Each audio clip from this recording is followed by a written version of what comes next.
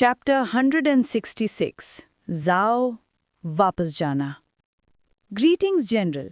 जाओ फेंग के आते ही ली सी ने तुरंत हाथ जोड़कर प्रणाम किया। Greetings general. ली यू ने भी गहरी झुककर सलाम किया। ली यू अभी बस 20-21 साल के था, जवान, थोड़ा अनुभवहीन। ऐसी उम्र में कोई मुख्य सेनापति बनना ऑलमोस्ट इम्पॉसिबल था। अगर ली सी अपना दर्जा और अपनी सारी कोशिशें ना लगा देता तो ली यू को कभी ये मौका मिलता ही नहीं। गवर्नर बनना अपने आप में बड़ी चीज़ है, लेकिन इतनी छोटी उम्र में सिर्फ ली सी की मेहनत का नतीजा। Greetings minister of justice. जाओ फेंग ने हल्का सा मुस्कुराया और जवाब दिया। ली सी के साथ उसका ज़्यादा लेना देना नहीं था, सिर्फ हल्की सी जान पहचान। ली सी ने सीधे मुद्दे पर आते हुए कहा, आज सुबह दरबार में महाराज ने एडिक्ट जारी किया है। मेरा बेटा आपकी सेना के अधीन एक जनरल के रूप में सेवा करेगा। वो गवर्नर था, लेकिन सैनिक कला में भी निपुण है। बस आपके सामने तो वो एक छोटा सा शिष्य ही है। इसीलिए आज मैं ये निवेदन लेकर आया हूँ कि जनरल उसे सख्ती से अनुशासन सिखाएं, ताकि वो तेज तरक्की कर सके और वास्तव में आपका काम आने वाला आदमी बन सके। ली सी का लहजा हल्का, गरम और बहुत ही विनम्र था। किन के 9 मिनिस्टर्स में से एक और राजा का विशेष विश्वास पत्र। ऐसे लोग कभी किसी के सामने झुकते नहीं, सिर्फ अपने बेटे के लिए झुक सकते हैं। जाओ फेंग ने मुस्कुराते हुए कहा, मैं तो सोच रहा था कि आप मुझसे अपने बेटे का ख्याल रखने को कहेंगे, पर आप तो उल्टा सख्ती की बात कर रहे हैं। सच कहूँ तो मैं थोड़ा हैरान हूँ। ली सी हल्का सा हंसा। जनरल मजाक करते हैं। फौज और दरबार अलग चीजें हैं। फौज में सबसे ऊपर होता है अनुशासन। चाहे मेरा बेटा ही क्यों ना हो, मैं कभी सेना की व्यवस्था बिगाड़ने का काम नहीं करूंगा। तब तो मैं महाराज का सामना करने लायक ही नहीं रह जाऊंगा। जाओ फेंग ने सर हिलाया। आप निश्चिंत रहिए मिनिस्टर, एक बार महाराज ने उसे मेरे अधीन भेजा है तो कोई विशेष व्यवहार नहीं होगा। वो भी बाकी सब सैनिकों की तरह अपनी जिम्मेदारी निभाएगा। ली सी ने सुकून की सांस ली। जाओ फेंग ने ली यू की तरफ मुड़कर पूछा, मैं कल जाओ के लिए रवाना हो रहा हूँ। जनरल ली भी साथ चलेंगे या कुछ दिन बाद? ली यू तुरंत प्रणाम करते हुए बोला, अगर मुझे जनरल के साथ सफ़र करने का मौका मिले तो ये मेरे लिए सबसे बड़ा सम्मान होगा। इस बात को ली सी ने बिल्कुल रोका नहीं। इस सफ़र से ली यू को जाओ फेंग के साथ रिश्ता मजबूत करने का मौका मिलेगा। जब जाओ फेंग ने और कुछ पूछा ही नहीं, ली सी थोड़ा हैरान रह गया। फिर वो खुद ही बोला, जनरल, क्या आप इस बात को लेकर उत्सुक नहीं कि महाराज ने मेरे बेटे को आपके अधीन क्यों रखा?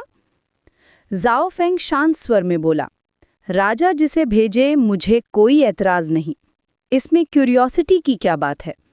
ली सी अंदर ही अंदर चौंक गया। ये लड़का बिल्कुल बच्चा नहीं है, सियासत को समझता है।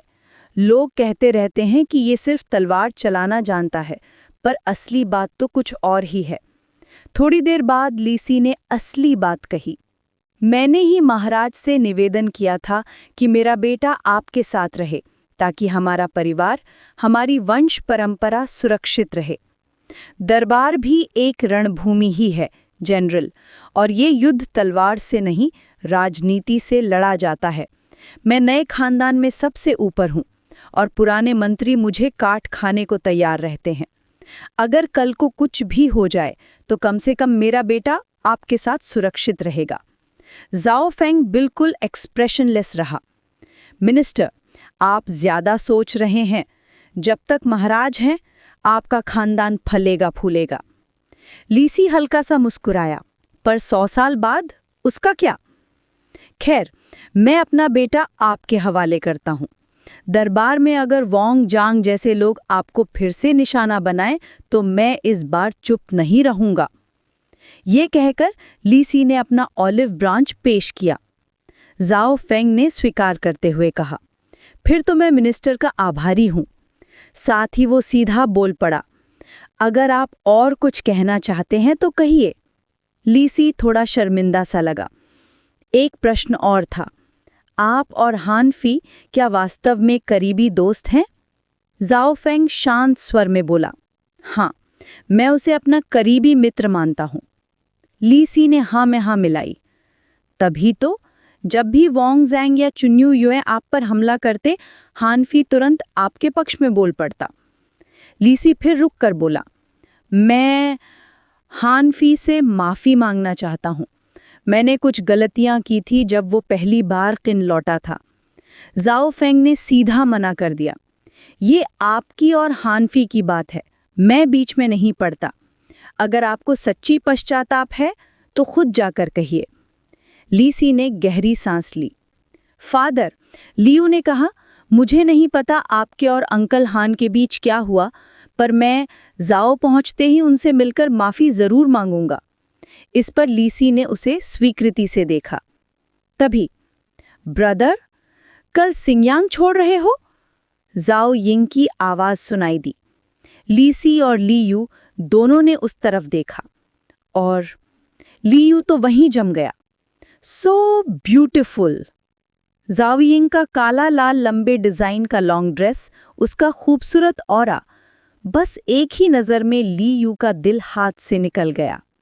लेकिन ज़ाओ यिंग को उसकी तरफ देखने का भी फुर्सत नहीं थी। वो सीधा ज़ाओ फेंग के पास आ गई। हाँ, ज़ाओ फेंग ने कहा, मैं कल जा रहा हूँ। मैं, ज़ाओ यिंग ने उदासी से पूछा, तुम्हारे लिए मैं सब अरेंज कर चुका हूँ। कल से तुम रॉयल पैलेस के ग्रैंड मेडिकल हॉल में तालीम लोगी। जब मास्टर चंद तुम्हें पास कर देंगे, तब तुम मुझे कैंप में मिल सकती हो। कितना टाइम लगेगा? ज़ाओ यिंग ने मुंह फुलाकर पूछा। वो तुम्हारी पढ़ाई पर डिपेंड करता है, ज़ाओ फेंग ने नर्म मुस्कुराकर कहा। ठीक है, ज़ाओ यिंग ने थोड़ा नखरे से हाँ की। तब ली सी ने मुस्कुराते हुए कहा, ये जनरल की छोटी बहन होंगी, है ना? पार्ट 2। वो सचमुच एक नेचुरल ब्यूटी है, ली सी ने हल्की मुस्कुराहट के साथ कहा। ज़ाओ फेंग ने उन पर संकेत किया।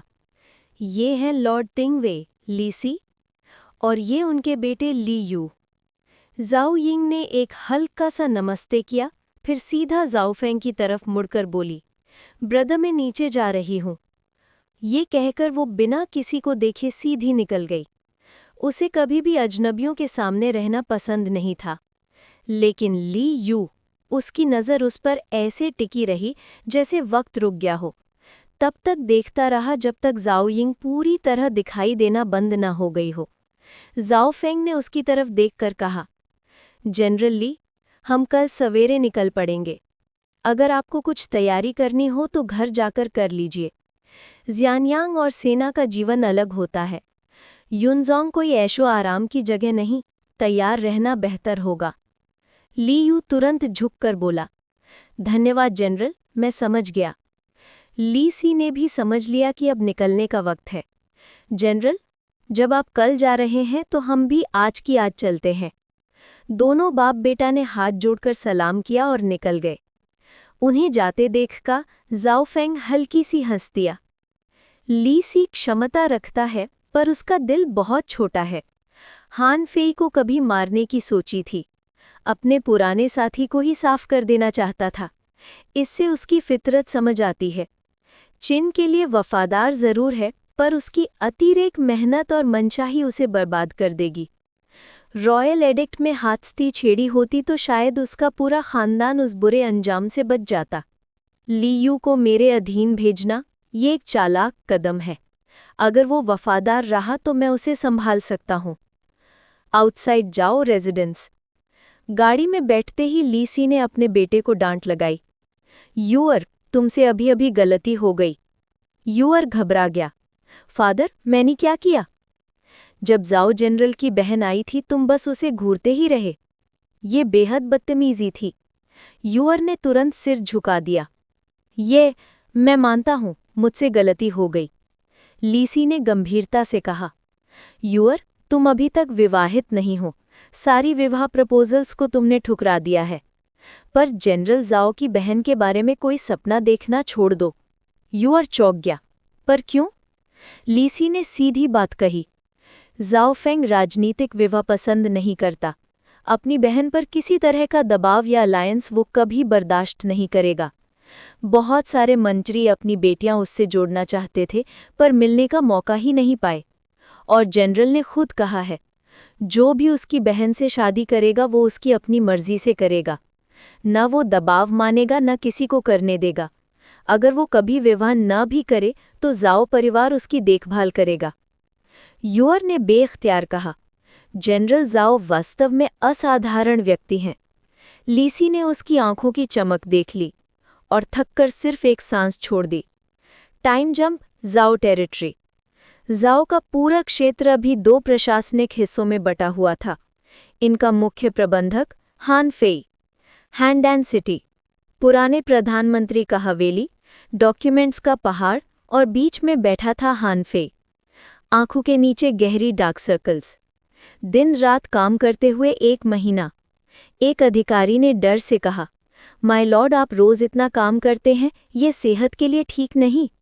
हान फेई ने बिना नजर उठाए कहा, कोई बात नहीं, 1 महीना और फिर जाओ का प्रशासन पूरी तरह सेट हो जाएगा। तभी एक हल्की सी हंसी सुनाई दी। ब्रदर हान, लगता है तुम्हारी जिंदगी बड़ी लाजवाब चल रही है, सिर्फ कागजों के साथ। हान फेई ने तुरंत कलम रख दी, ऊपर देखा और मुस्कुरा उठा। अरे, हमारे महान जनरल जाओ फेंग जी, इतनी जल्दी वापस कैसे आ गए? जाओ फेंग सामने बैठकर बोल पड़ा, अगर मैं ना आता तो वार्ड कैंप का कौन ध्यान रखता? सभी अधिकारी तुरंत उठे। Greeting supreme general. रिलैक्स, जाओ फेंग ने हाथ हिलाया। हान फेई ने उसके चेहरे को देखकर बोला, वाह, ये डार्क सर्कल्स, कितने दिन से नहीं सोए? जाओ फेंग ने हंसकर कहा, चलो एक ड्रिंक हो जाए। हैंडैन में एक नई जगह खुली है, वाइन इन स्पॉटल।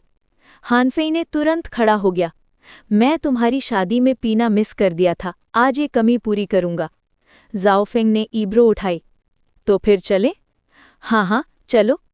दोनों बिना किसी झिझक के हॉल से बाहर निकल गए। वाइन इन स्पॉटल, 3rd floor VIP। Han Fei ने कमरे को देखकर हंसा, यार 3rd फ्लोर VIP, इतना पैसा किधर से आ गया? सैलरी में? जाओ फेंग ने कैजुअल टोन में कहा, मेरी सैलरी काफी है। वाह, आज तुम मैं पूरी तरह पी लूंगा। वेटर, सबसे बढ़िया वाइन लाओ। थोड़ी देर में शानदार सुराहियां आ गईं। हान फेई ने कप उठाकर कहा, राजा ने तुम्हें वान कैंप का अधिकार दिया, इसके पीछे गहरी सोच छुपी है। जाओ, तुम्हें कैसा लग रहा है? जाओ फेंग थोड़ा सा मुस्कुराया, मुझे क्या लगना, जब मुझे सेना के काम से एक नोबिलिटी मिल जाएगी तब शायद फील हो। हान फेई हंसा, नोबिलिटी के लिए तुम्हें पहले नेशनल कमांडेंट बनना पड़ेगा। पार्ट 3। जाओ ने अपना कप उठाया और हान फेई की तरफ टोस्ट करते हुए बोला, हान फेई, मैं तुम पर यकीन करता हूँ। बस इतना ही नहीं, जाओ टेलीपेरी का गवर्नेंस संभालने के बाद जब तुम राजधानी लौटोगे, तुम 9 मिनिस्टर्स में से एक बन चुके होगे। हान फेई हल्की सी हंसी दबाते हुए बोला, कौन सोच सकता था, जो हान फेई कभी मौत के किनारे खड़ा था, वो आज किन का एक टॉप ऑफिशियल बनने जा रहा है। जाओ फेंग की आंखों में शरारत चमकी। शायद उसे हान फेई की वो पुरानी हालत याद आ गई थी, या फिर वो पल जब उसने हान फेई को जबरदस्ती अपनी साइड में कर लिया था। यार, क्या तुम ये बात छोड़ नहीं सकते? हान फेई ने बेइज्जती भरी मुस्कान के साथ कहा। उस वक्त जब वो पकड़ा गया था और पहली बार जाओ फेंग से मिला था, उसका दिल सच में चाहता था कि उसे जाकर वहीं घोंट दे। एक स्कॉलर के लिए इतनी बेइज्जती कोई छोटी बात नहीं थी। जाओ फेंग जोर से हंस पड़ा, हाँ, बस यादों की बात है। फिर उसका चेहरा थोड़ा सीरियस हुआ, और सच कहूं तो मैं तुम्हारा शुक्रगुजार हूं। अगर तुम ना होते तो शायद मैं कब का मर चुका होता।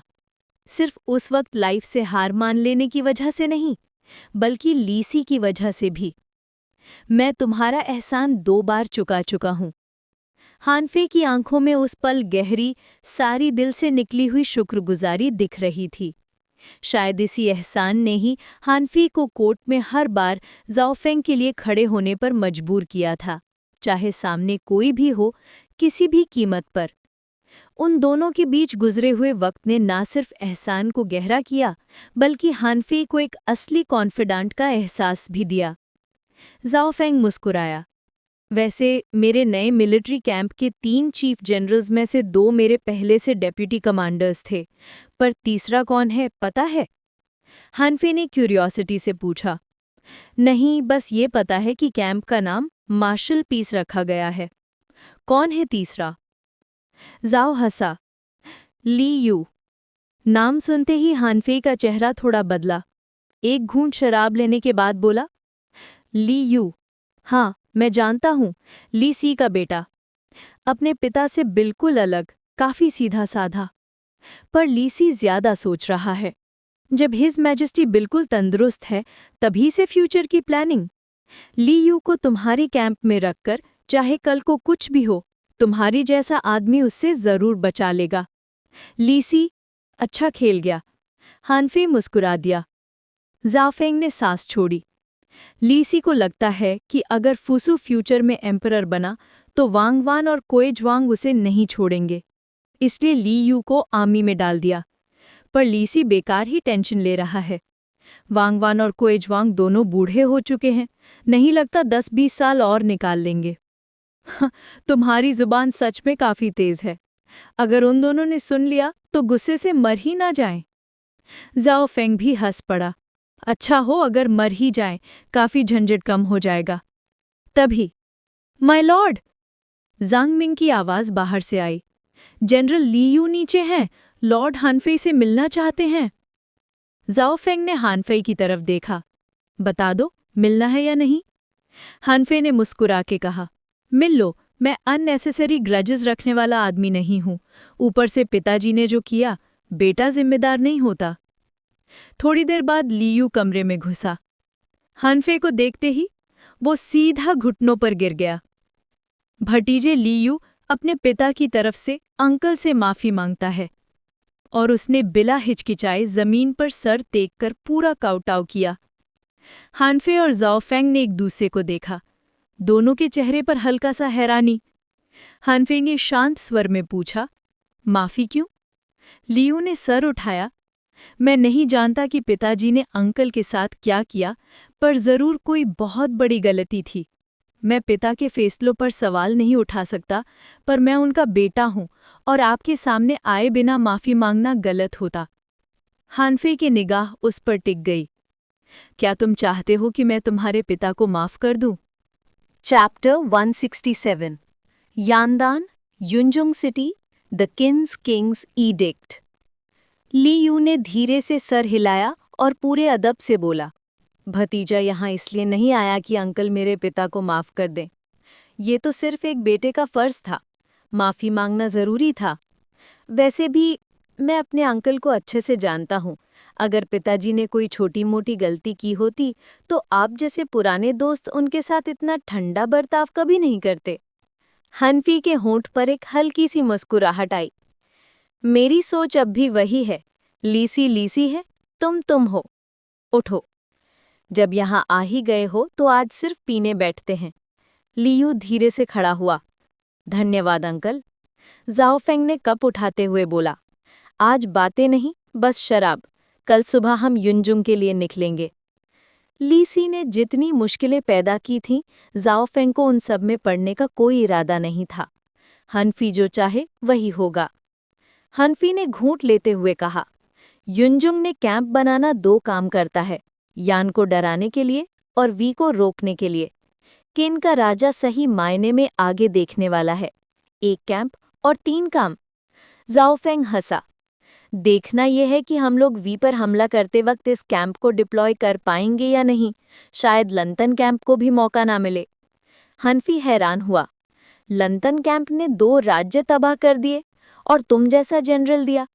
अगर लंतन को फिर से भेज दिया तो बेजियांग और हानगू के कमांडर्स का क्या होगा? तुम्हारे ऊपर इतना जेलस बिल्कुल बर्दाश्त नहीं करेंगे। हनफी मुस्कुराया। इसलिए जो मिल रहा है उसी में खुश रहो। जाओफेंग ने कॉन्फिडेंस स्माइल के साथ जवाब दिया, अगर मुझे लॉर्ड उआन का टाइटल सच में डिजर्व करना है तो लड़ना पड़ेगा, वरना मैं फौज का आदमी ही क्या। हनफी ने कप उठाया। ठीक कहा, जिंदगी में हर चीज के लिए लड़ना पड़ता है। ये जाओ टेरिटरी का पद भी मैंने लड़कर ही जीता है। फिर उसने चुपके से मुस्कुराते हुए कहा, और सच बोलूं तो किंग ऑफ किन का ये डिसीजन एक पॉलिटिकल बैलेंस था। वांगवान और उसके ग्रुप की कोर्ट में पावर ज्यादा बढ़ रही थी। जाओफेंग ने मुस्कुराहट छिपाते हुए कहा, जब मैं सिन्यांग में था तो मैंने वांगवान ग्रुप की थोड़ी बुराई किंग के सामने कर दी थी। फिर हिज मैजेस्टी ने हुहाई को कोर्ट ऑब्जर्व करने भेज दिया। हनफी ने उसे अजीब सी नज़र से देखा। अगर वांगवान को पता चल गया तो वो पागल हो जाएगा। उन्हें शायद ऑलरेडी शक हो गया होगा। डर नहीं लगता तुम्हें? जाओ फेंग ठंडा सा सांस छोड़कर बोला।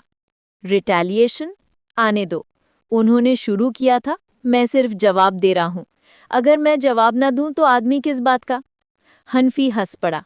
इसीलिए मुझे तुम पसंद हो, बिल्कुल सीधे और बिना डरे। चलो पियो। हा हा हा हा। जाओ फेंग ने कप उठाकर एक ही बार में पी लिया। ली यू साइड में शांत बैठा सब सुनता रहा। दोनों के बीच की दोस्ती देखकर उसके चेहरे पर एक हल्का सा रिस्पेक्ट का रंग उतर आया। थर्ड स्टेट ऑफ यान, जी सिटी। योर मैजेस्टी, एक यान ऑफिशियल हांफ के आया। किन से एक बड़ी खबर आई है। किन के राजा ने एक नया कैंप बनाया है, उवान कैंप, और उसका कमांडर कोई और नहीं बल्कि जाओ को हराने वाला जाओ फेंग है। किंग ऑफ यान की आंखों में हल्का सा डर चमका। जाओ फेंग? सिर्फ 20 साल का और सुप्रीम जनरल? काश ऐसा आदमी किन में नहीं हमारे यान में पैदा होता। राजा ने दुख भरी सांस भरी। अब जाओ और हन दोनों गिर चुके थे। सबसे ज्यादा डरा हुआ वी था, उसके बाद यान। जाओ फेंग का नाम अब पूरी दुनिया में घूम रहा था। 20 साल की उम्र में सुप्रीम जनरल, बाइकी से भी ज्यादा खौफनाक। किंग ऑफ यान ने तुरंत पूछा, कैंप कहाँ बनाया गया है? ऑफिशियल ने हाथ जोड़कर जवाब दिया, युनजुंग सिटी में महाराज। क्या? युनजुंग? राजा बिल्कुल स्टिफ हो गया। युनजुंग, जाओ का पुराना बॉर्डर फोर्ट्रेस, जो सीधा यान के दरवाजे के पास था। ये तो सीधा खुला चैलेंज है यान के लिए। राजा का रंग उतर गया। तभी एक मिनिस्टर आगे बढ़ा। महाराज, घबराने की जरूरत नहीं। किन के पास यान पर हमला करने का कोई रीजन नहीं है। पहले के मिसअंडरस्टैंडिंग्स क्लियर हो चुके हैं। एक और बोला, ये कैंप वी को डराने के लिए बनाया गया है, यान के लिए नहीं। कुछ ने तो इतना तक कह दिया कि किन यान अलायंस मजबूत है, उन्हें तोड़ना उनके खिलाफ जाएगा। हालांकि उनमें से कुछ शायद किन के गुंडे थे, कुछ पर्सनल फायदे के लिए झूठ बोल रहे थे। राजा ने उनकी बात सुनी पर बेचैनी कम नहीं हुई। फिर भी उन्होंने सर हिला दिया। ठीक है, ये कैंप वी को टारगेट कर रहा होगा। जनरल किनकिन, एक अनुभवी जनरल आगे आया। आपका वफादार यहाँ है। जाओ फेंग अब युनजुंग में कैंप संभाल रहा है। यान की तरफ से उसे कॉन्ग्रेचुलेशंस भेजना जरूरी है। तुम खुद जाकर युनजुंग में जाओ फेंग को मेरा तोहफा और गुडविल पहुंचाओगे? जी महाराज। यान के पास अब ज्यादा जनरल्स नहीं बचे थे। किनकिन एक था, दूसरा था लेचंग, जो पहले जाओ भाग गया था और फिर वापस आ गया था, पर उस पर कभी पूरा भरोसा नहीं किया जाता था। किंग ऑफ यान ने अंदर ही अंदर सोचा, किन जब तक हमला का कोई रीजन नहीं ढूंढ लेता, यान बच जाएगा। पर फिर भी की और चू को संदेश भेजना होगा। किन ने अगर अग्रीमेंट तोड़कर यान पर हमला किया तो की और चू मिलकर हमें बचा लेंगे। राजा बिल्कुल महान नहीं था, पर एक बात जानता था, अलायंसेस ही छोटे राज्यों को जिंदा रख पाते हैं। कोर्ट खत्म हुआ। Royal palace. फादर। पार्ट 5। पुत्र दरबार की इजाजत मांगता है।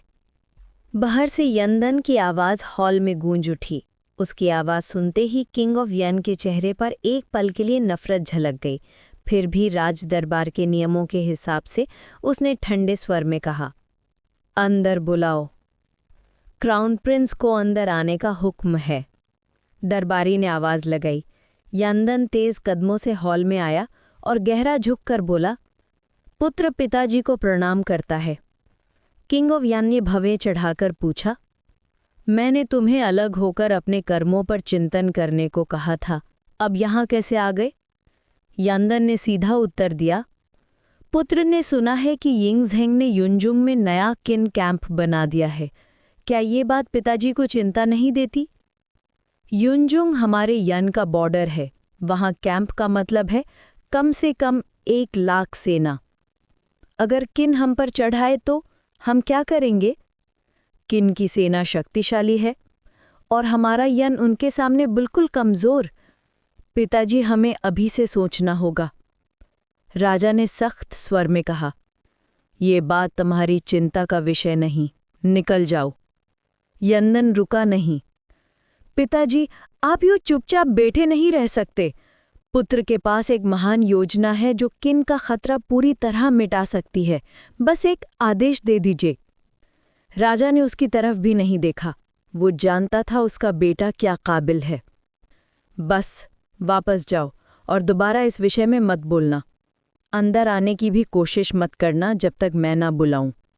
ये कहकर किंग ऑफ यन ने उसकी तरफ से मुंह मोड़ लिया और फिर से डॉक्यूमेंट्स पढ़ने लगा। उसके मन में गुस्सा था। यंदन की जिद की वजह से पूरी यन सेना बर्बाद हुई थी। उसने कहा था, जाओ पर हमला करो, पर किन से टकराना मत। मगर यंदन ने जिद में आकर किन सेना से लड़ाई कर दी और मुंह की खाई। इसका नुकसान पूरे देश को उठाना पड़ा।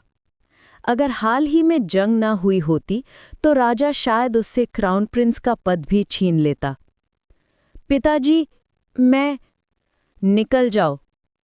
राजा गरजा और गुस्से में मेज पर रखे बैम्बू स्लिप्स फेंक दिए। यंदन दांत भींचकर नफरत और बेइज्जती से जलता हुआ वहां से निकल गया। हा। Crown Prince residence. छुपा हुआ गुस्सा। राजकुमार, क्या हुआ? राजा ने योजना मानी? यंदन का चेहरा काला पड़ चुका था। पिताजी कमजोर हैं और किन से डरा हुआ है। मैंने एक शब्द भी पूरा नहीं बोला और मुझे भगा दिया। इस तरह चलता रहा तो हमारा यन देश बर्बाद हो जाएगा। उसकी आंखों में गुस्सा और अहंकार साफ था।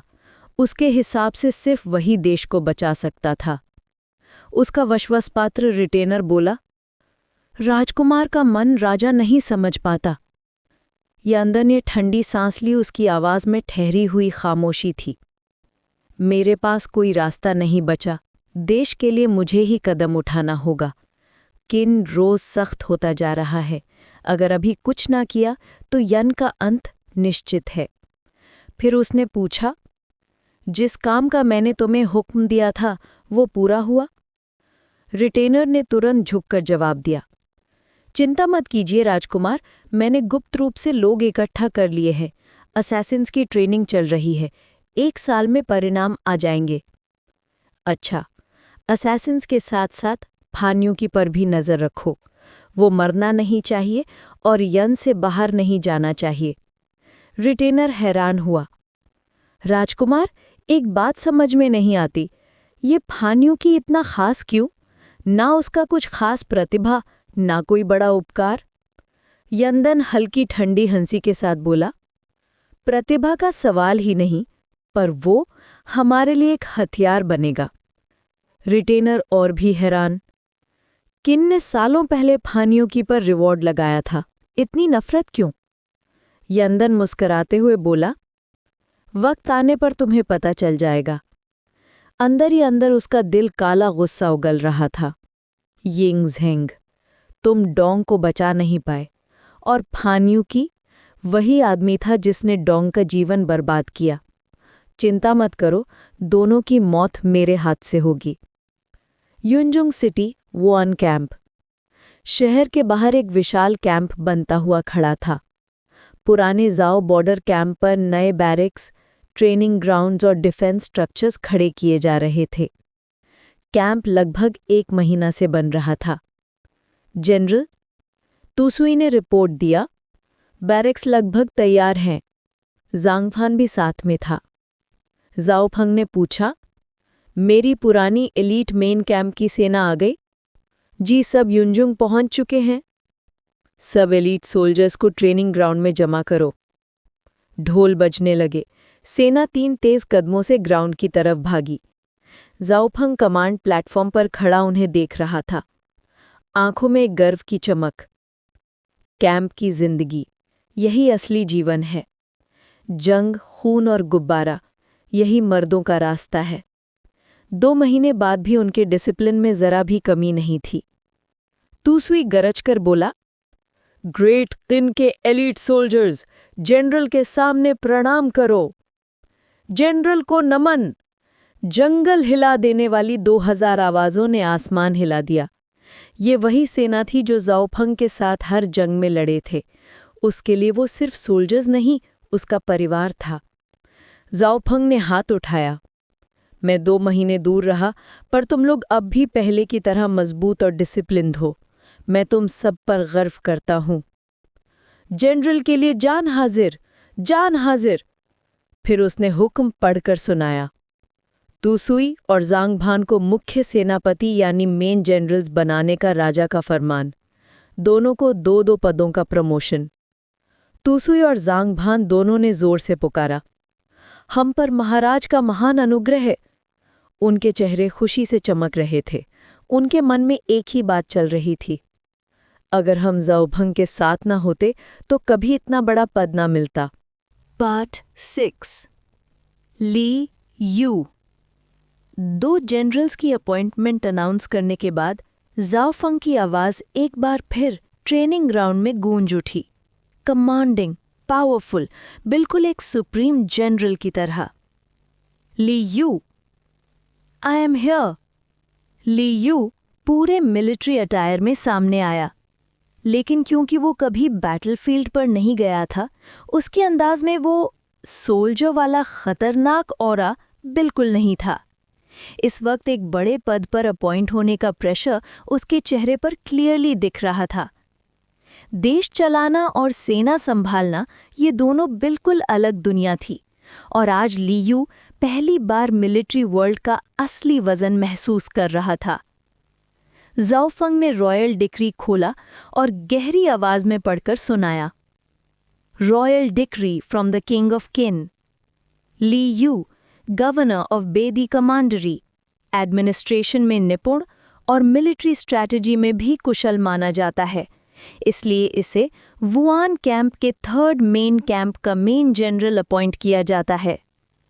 ज़ाओफंग की आवाज़ पूरे ट्रेनिंग ग्राउंड में गूंज गई। I humbly thank His Majesty for his favor. I will not disappoint His Majesty. Li Yu ने रिस्पेक्टफुली बाउ किया, लेकिन सोल्जर्स के बीच एक अजीब सी खामोशी छा गई। कई एलीट सोल्जर्स की नज़रों में क्लियरली नफरत थी। सिविलियन बैकग्राउंड से आया हुआ आदमी सीधा जनरल? मिलिट्री दुनिया में ये बात हजम करना आसान नहीं था। जब तक बैटलफील्ड में खून पसीना नहीं बहाओगे, ये लोग कभी भी तुम्हें अपना कमांडर नहीं मानेंगे। वॉरियर्स की एक ही भाषा होती है, स्ट्रेंथ एंड मेरिट, और लीयू के पास फिलहाल दोनों में से कुछ भी नहीं था। कैप्टन, हमें आपके साथ काम करने के मुताबिक शुरू से सब कुछ चुनना पड़ता था। यहाँ तो लीयू के लिए सब कुछ पहले से ही तय था। कैप्टन, लीयू को अपनी काबिलियत का पता देने के लिए कुछ तो करना पड़ेगा, और इन सब में एक सीक्रेट है। In this love and war nothing is impossible. हाँ, ये मिलिट्री दुनिया की एक छोटी सी मिसाल है। हम अपने कहानी में आगे बढ़ते हैं। आज वुआन मिलिट्री कैंप के 3 मेन जनरल्स अपॉइंट कर दिए गए हैं। अब नीचे के पदों के लिए नाम सुनते ही सामने आओ। ज़ाओफंग ने अगला डिक्री उठाया। वई कुआन, लिउ वांग, लुआहुआ, जुआंगवे। एक एक करके वाइस जनरल्स के नाम अनाउंस हुए। ये सब लोग 50,000 सोल्जर्स के कमांडर थे, बहुत बड़ा पद। और एक्सपेक्टेड था, मेजॉरिटी ज़ाओफंग के पुराने लॉयल सबॉर्डिनेट्स थे। उनका प्रमोशन डिजर्व्ड भी था, उनकी मिलिट्री मेरिट सब देख चुके थे। सिर्फ 2 वाइस जनरल्स किंग इंगज़ेंग के डायरेक्टली अपॉइंटेड लोग थे। चाहे इंगज़ेंग ज़ाओफंग पर कितना ही भरोसा करें, एक कैंप का पूरा कंट्रोल एक आदमी को देना इम्पॉसिबल। ये एक राजा का बेसिक रूल था, loyalty balanced, power controlled. We thank his majesty, we thank the supreme general. Vice generals की आवाज ट्रेनिंग ग्राउंड में गूंज उठी। Central army adjutant Quaipu, step forward. I am here. Quaipu, जो पहले ज़ाओफंग के मेन कैंप का एडजुटेंट था, सीरियस एक्सप्रेशन के साथ आगे बढ़ा। ज़ाओफंग ने डिक्री खोला। Royal decree from the King of Qin. Kuai Pu is hereby appointed as the Central Army Adjutant of Wuan Camp, responsible for discipline enforcement and battle merit records. He will report directly to the Supreme General and the Minister of the Interior, Wei Liao. क्वाई पू का चेहरा खुशी से चमक उठा। ये पद rank में एक जनरल के बराबर होता था, अथॉरिटी बहुत स्ट्रॉन्ग। लेकिन एक फर्क था, क्वाई पू का जनरल एंटायरली जाओ फेंग के अंडर नहीं था, उसका एक डायरेक्ट लिंक कोर्ट से भी था। ये भी एक पावर बैलेंसिंग मूव था। Ceremony ends, celebration begins. जब सारे डिक्रीज अनाउंस हो गए तो जाओ फेंग ने असेंबल्ड हुए सोल्जर्स की तरफ देखा। तभी एक बोल्ड सोल्जर जोर से चिल्लाया, सुप्रीम जनरल, आप जब शादी पर गांव गए थे, हम भाई लोग आपका वेडिंग वाइन नहीं पी पाए थे। इस बात के साथ ही पूरा ट्रेनिंग ग्राउंड एकदम जिंदा हो गया। Wedding wine, wedding wine, wedding wine, सब जगह एक ही आवाज। जाओ फेंग मुस्कुराया, हाथ उठाकर सबको शांत किया।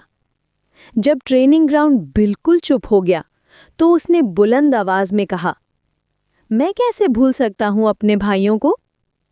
आज के लिए मैंने पहले ही बहुत सारी शानदार वाइन तैयार करवा रखी है। बस वाइन ही नहीं, बहुत सारा मीट भी। आज रात हम सब मिलकर सेलिब्रेट करेंगे। पूरा कैंप गरज उठा, सुप्रीम जनरल जिंदाबाद, माइटी, माइटी। चीयरिंग ने आसमान हिला दिया। चैप्टर 168 यिंगज़ेंग ये ईपांग हाई। रात का अंधेरा छा चुका था। जाओ फेंग का कैंप 3 हिस्सों में बटा हुआ लग रहा था। बाहर उसके गार्ड सख्ती से पहरा दे रहे थे और अंदर पूरी सेना एकदम फेस्टिव मूड में थी। पुराने यार साथियों के साथ आज रात उनका दिल खुलकर जी रहा था। इमॉर्टल वाइन हाउस से कुछ महंगी शराब मंगाई गई थी, लेकिन 60,000 से ज़्यादा एलीट सोल्जर्स के लिए वो भी काफ़ी नहीं थी। बाकी सब वाइन इस ज़माने वाली आम दर्जे की ही थी। जाओ फेंग आज भी ज़रा सा भी केयरलेस नहीं था। चाहे कितनी भी ताकत हाथ में आ चुकी हो, इमॉर्टल वाइन हाउस का राज वो बहुत जल्दी एक्सपोज नहीं करना चाहता था। मिलिट्री कैंप के बीच सेलिब्रेशन। जाओ फेंग सेंटर में बैठा था और कोई भी सोल्जर आए वो उनका टोस्ट बिना झिझक एक्सेप्ट कर रहा था। जनरल, आपकी शादी मुबारक हो। Congratulations general. जनरल जी, फाइनली मैरिड लाइफ। एक के बाद एक एलीट सोल्जर्स आते, अपना बड़ा सा वाइन जार उठाकर ब्लेसिंग्स देते। कैंप में किसी को कप से पीने का शौक नहीं था। यहाँ बस बड़ा बोल या सीधा जार ही चलता था। जाओ फेंग भी मुस्कुराते हुए बोलता, ड्रिंक वेल माय ब्रदर्स। एक पुराना सोल्जर, एक पुरानी याद। जनरल, क्या जनरल मुझे याद करते हैं?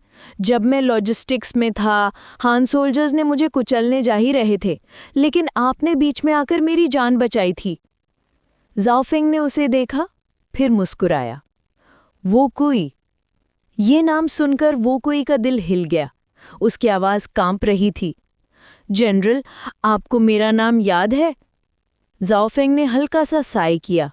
तुम ही क्या, मैं हर सोल्जर को याद करता हूँ, चाहे वो अब यहाँ हो या फिर शहीद हो चुका हो। 4 साल के बैटलफील्ड, लाशों के ढेर को पार करते हुए हम यहाँ तक आए हैं। कैसे भूल सकता हूँ? शराब का असर या दिल का भार? जाओ फेंग थोड़ा इमोशनल हो गया।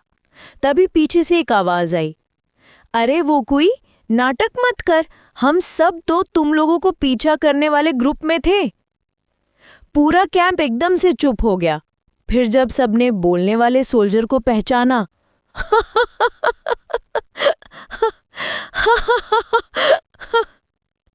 पूरा कैंप फटकर हंस पड़ा।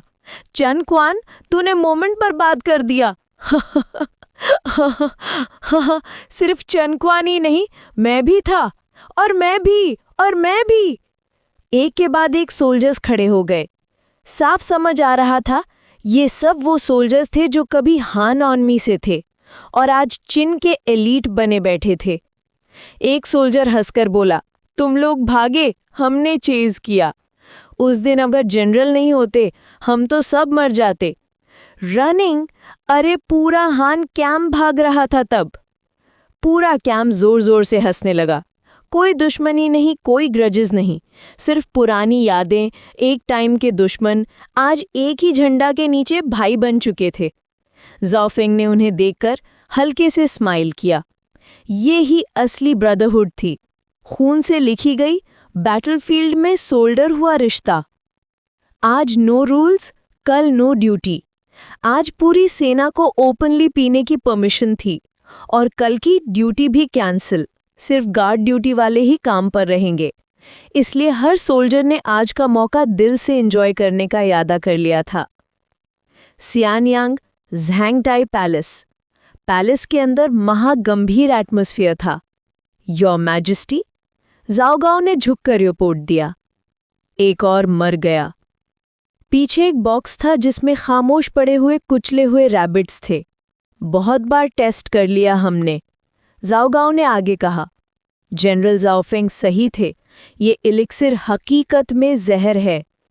यिंगज़ेंग का चेहरा कस गया। सालों से ये एलिक्सिर मैं खा रहा हूं।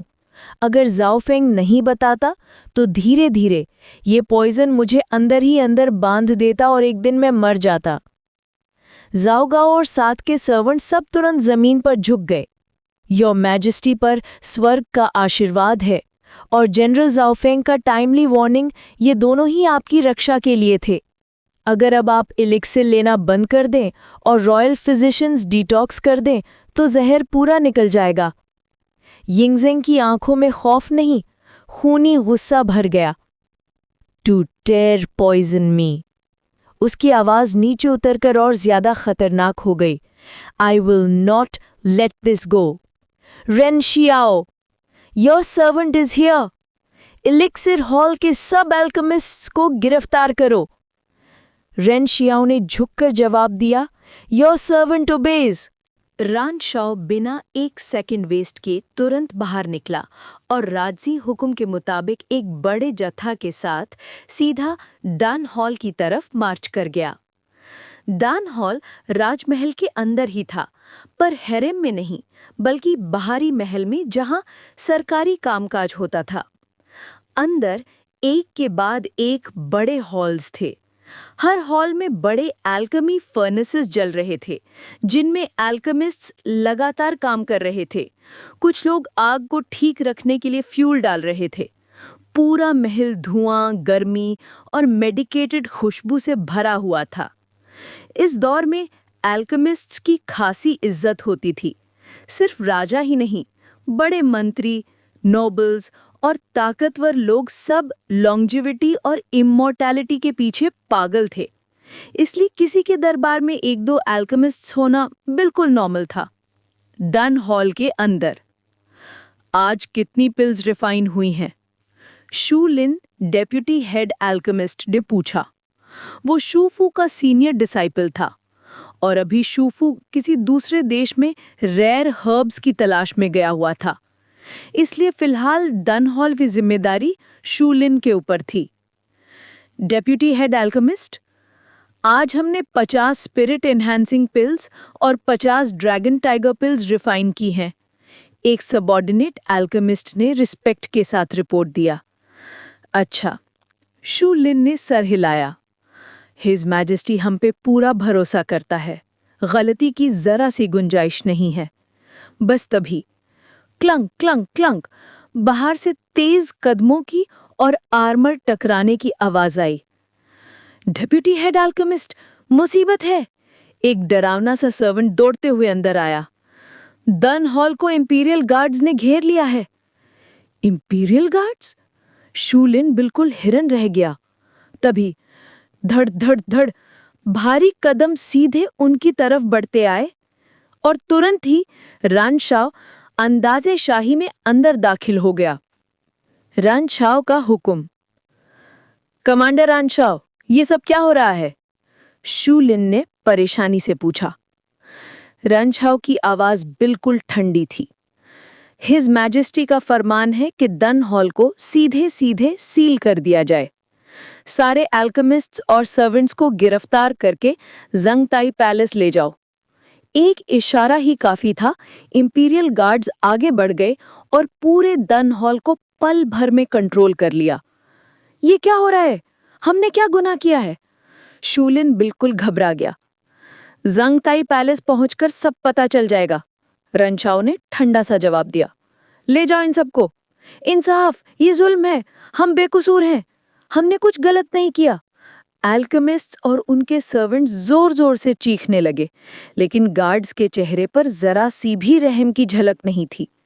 ये राजा का सीधा हुक्म था, कोई बहस अलाउड नहीं थी। जंगताई पैलेस के बाहर कुछ ही देर में 100 से ज्यादा लोग जंगताई पैलेस के बाहर घुटनों पे थे। योर मैजेस्टी, हम निर्दोष हैं। हमने कुछ नहीं किया। दया महाराज। उनकी चीखें महल तक गूंज रही थी। अंदर बैठकर यिंग ज़ेंग का चेहरा और ज्यादा कठोर होता जा रहा था। फिर वो धीरे धीरे अपनी कुर्सी से खड़े हुए। जाओ गाओ का प्रस्ताव। योर मैजेस्टी, ये एल्केमिस्ट्स ने जहर की पिल्स बनाकर आपकी जान लेने की कोशिश की है। बिना किसी पूछताछ के इन्हें तुरंत फांसी दे देनी चाहिए। जाओ गाओ ने पहली बार पहल करके अपनी राय दी। यिंग ज़ेंग ने उसकी तरफ एक गहरी नजर से देखा। जाओ गाओ के पसीने छूट गए। मैं चाहता हूं कि इन्हें पता चले कि ये मर क्यों रहे हैं, और ये भी पता चले कि क्या ये जहर के बारे में जानते थे। यिंग ज़ेंग ने संकटमय आवाज में कहा और कतई ढीला नहीं पड़ा। फिर वो बाहर निकल गए। एल्केमिस्ट्स का मुकाबला। योर मैजेस्टी, हमने क्या गलती की है? शूलिन ने तुरंत झुककर पुकारा।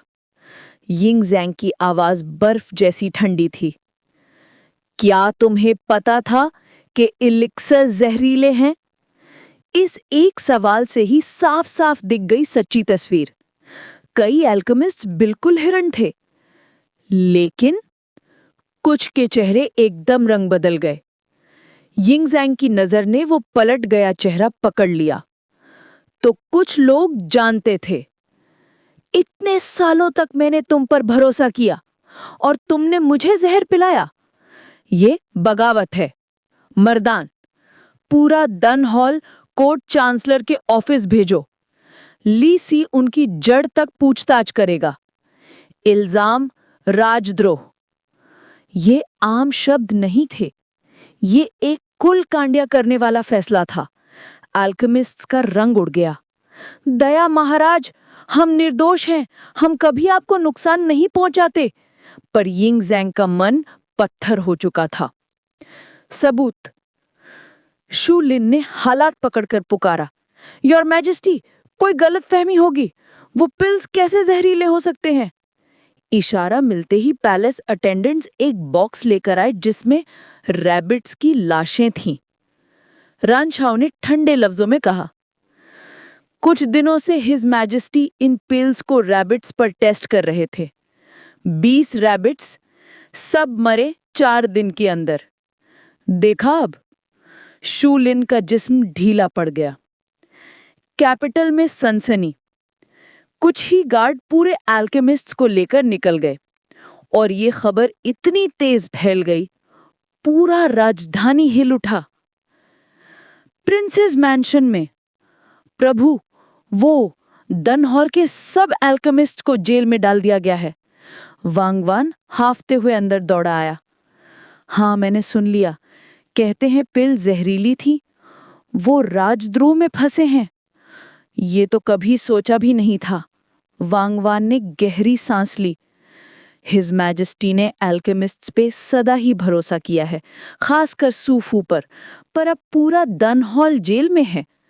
उनका अंजाम तो तय है, पर आखिर हुआ क्या? वांगवान धीरे से पास झुककर बोला, मेरे पास एक गुप्त रिपोर्ट आई है। ये सब जाओ फंग की वजह से हुआ है। फुसू एकदम सा नहीं रह गया। पार्ट 9। झाओफेंग? बट वो तो शियानयांग छोड़कर जा चुका है। फिर इसका इस मामले से क्या लेना देना? फूसू की आंखों में पूरा कंफ्यूजन था। वोंगवान ने धीरे से सर हिलाया। मैंने भी यही सुना है। कहते हैं रवाना होने से पहले झाओ फेंग ने हिज मैजेस्टी से एक प्राइवेट मुलाकात की थी। उसी के बाद हिज मैजेस्टी ने एलेक्सिर को रैबिट्स पर टेस्ट करने का हुक्म दिया। फूसू की क्यूरियोसिटी और बढ़ गई। पर झाओ फेंग को कैसे पता चला कि एलेक्सिर जहरीला था? वोंगवान ने हल्का सा सांस भरा। प्रिंस, ये सोचने का वक्त नहीं है कि उसे कैसे पता चला। हमें ये सोचना चाहिए कि हिज मैजेस्टी उस पर कितना भरोसा करने लगे हैं। दरबार में उस दिन क्या आपने झाओ फेंग का रवैया नहीं देखा? बिल्कुल बिना डरे हम पे अटैक कर रहा था। किसी को बख्शा नहीं। उसका रवैया बता रहा था वो हमारी तरफ नहीं है। उस पर इतना रॉयल फेवर होना हमारे लिए सबसे बड़ा खतरा है। वोंगवान ने बहुत गहरी सांस के साथ कहा। उस दिन जब झाओ फेंग ने पूरे दरबार के सामने चुन्यू युए को खामोश कर दिया था, किसी को बचाया नहीं था, तब से ही सब समझ गए थे। क्योंकि चुन्यू युए कोई आम आदमी नहीं था, वो फूसू का गुरु था। उसको बेइज्जती करना मतलब फूसू को सीधा चैलेंज करना। वो एक खुली जंग का आगाज था। प्राइम मिनिस्टर वोंग, आप शायद ज्यादा सोच रहे हैं। झाओ फेंग सिर्फ जवाब दे रहा था। मेरा गुरु थोड़ा ज्यादा बोल गया था। वोंगवान ने तुरंत सर हिला दिया। नहीं प्रिंस, चुन्यो युए चाहे रूड हो गए हों, पर फिर भी आपके आदमी हैं। झाओ फेंग एक छोटा सा मंत्री इतनी हिम्मत से आपके सामने खड़ा हुआ, ये उसकी हद से बढ़कर हरकत थी। इस वजह से दरबार के कई ऑफिशियल्स जो पहले आपके साथ थे, अब उनका विश्वास हिल गया है। कुछ तो सीधे सीधे 18th प्रिंस की तरफ हो गए हैं। इससे लगता है झाओ फेंग उस फैक्शन से भी जुड़ा हो सकता है। फूसू का चेहरा हल्का सा मतेला हो गया, लेकिन उसने कुछ नहीं कहा। वोंगबान पूरे सर्वाइवल मोड में था। उसके लिए फूसू ही उसकी फैमिली की जिंदगी और मौत का फैसला था। अगर फूसू हारता तो वोंगवान का पूरा खानदान मिटा दिया जाता। ये राजनीति थी, एक गलत चॉइस और पूरा वंश समाप्त। अभी संभल कर चलना होगा, फूसू ने धीरे से कहा। हमें कुछ भी ऐसा नहीं करना चाहिए जो झाओ फेंग को हमारा पूरा दुश्मन बना दे। फूसू के दिल में झाओ फेंग के लिए कोई नफरत नहीं थी, बल्कि वो उसका बहुत सम्मान करता था। पर अपने सपोर्टर्स को रोकना मुश्किल था। वो बस सुलह करने की कोशिश कर सकता था। ज़ांगताई पैलेस, यिनज़ेंग। इस तरफ ज़ांगताई पैलेस में यिनज़ेंग का गुस्सा धीरे धीरे शांत हो रहा था। एल्केमिस्ट्स को ले जाते हुए देखकर उसका एंगर थोड़ा कम हो गया। एलिक्सिर वाकई जहरीला था। अगर झाओ फेंग ने मुझे वार्न नहीं किया होता तो मैं 50 साल भी नहीं जी पाता। यिनज़ेंग हल्की सी मुस्कुराहट के साथ बोला, मुस्कुराहट जो ज़्यादा कष्टी थी, कम खुशी। मैं सोच भी नहीं सकता था कि मैं अपनी जिंदगी का रण झाओ फेंग पर रख दूंगा। गुस्सा होने के बावजूद वो वक्त पर बच गया था। अगर वो एलेक्सिर अब बंद कर दे और राजवैद्य उसका डिटॉक्स करें तो वो बिल्कुल ठीक हो सकता है। इस सोच से ही उसे हल्की सी कपकपाहट महसूस हुई। शायद इसी घटना ने हिस्ट्री बदल दी है। शाकियों में मरने वाला चिन शी हुआंग हो सकता है अब ना मरे। योर मैजेस्टी, क्या मैं इंपीरियल फिजिशियंस को बुलाऊं? झाओ गाओ ने पूछा। हाँ, यिनज़ेंग ने थकावट भरी आवाज में हाथ हिलाया। As you command. झाओ गाओ चला गया, तभी यिनज़ेंग को एक बात याद आई। झाओ फेंग की छोटी बहन वो इंपीरियल मेडिकल एकेडमी में है ना? जी योर मैजेस्टी, झाओ गाओ ने तुरंत जवाब दिया। जनरल ने जाने से पहले उन्हें वहां दाखिल करवा दिया था। फिजिशियन चैन जब आए उसे भी साथ लेके आए। As you command. झाओ गाओ चला गया। यिनज़ेंग की नज़र फिर से डेस्क पर पड़ी जिसमें पहाड़ जैसी रिपोर्ट्स थीं। एलेक्सिर के बिना ये सब देखना और मुश्किल लग रहा था। नया जायदा इतिहास लिखते हुए हर दिन नई रिपोर्ट्स का ढेर। हर फैसला हजारों जिंदगियों से जुड़ा हुआ। यिनज़ेंग कभी अपना फर्ज नहीं छोड़ सकता था। पिन के कानून सख्त थे, बिल्कुल लोहे जैसी डिसिप्लिन, और एम्पायर को अभी अभी जीता था। इस वक्त सिर्फ सख्ती ही शांति रख सकती थी। द्वानरुआ का वापसी। Your majesty. इनर हॉल से द्वानरुआ सामने आया। कैसे रहा? यिनज़ेंग तुरंत सीधा हो गया। द्वानरुआ ने आगे बढ़ते हुए अपनी स्लीव से एक सफ़ेद सिल्क निकाला और बड़े ध्यान से यिनज़ेंग के हाथ में दे दिया। यिनज़ेंग ने इम्पेशेंटली उसे खोला और जैसे ही उसकी नज़र पोर्ट्रेट पर पड़ी, उसका पूरा जिस्म सन्न हो गया। सांस रुक सी गई। देर तक वो हिला तक नहीं। आंखों में इमोशंस का तूफान उमड़ पड़ा। ये वाकई ये आफांग है। बस एक पोर्ट्रेट था, वो भी अधूरा। फीचर्स तक पूरे नहीं बने थे, पर सिलुएट, चेहरे का हल्का सा नक्श। जैसे ही देखा, उसने पहचान लिया। कैसे नहीं करता? जिसे सालों से याद किया हो, जिसको हर नात, हर सुबह, हर सांस में ढूंढा हो। उसका एक साया भी काफी होता है पहचान के लिए।